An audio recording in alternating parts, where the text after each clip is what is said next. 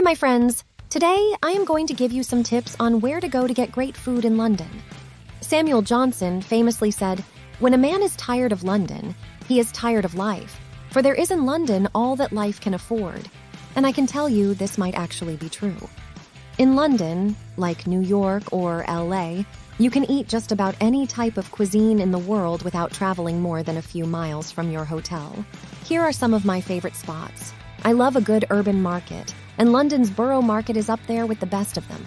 Founded in 1756, this historic market sells food both wholesale and retail. It's a great place to load up on produce, pastries, and even prepared meals. If you have access to a kitchen during your stay in London, hit up some of the food vendors, stop by Borough Kitchen, and try your hand at preparing an authentic British feast. Or, for that matter, a feast from any part of the globe. Speaking of food from all over the globe, you must try Sri Lanka food at Hoppers, which operates in 3 locations in London. Similar to South Indian food, Sri Lankan food brings aromatic flavors and lots of spices. Luckily for me, it also features lots of great vegan dishes.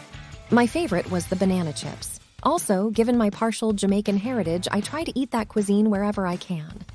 Outside of Jamaica itself, London is one of the best places to get it because the city is home to such a large community of Jamaican immigrants. And when it comes to Jamaica's most beloved seasoning, Rudy's Jerk Shack is the premier spot.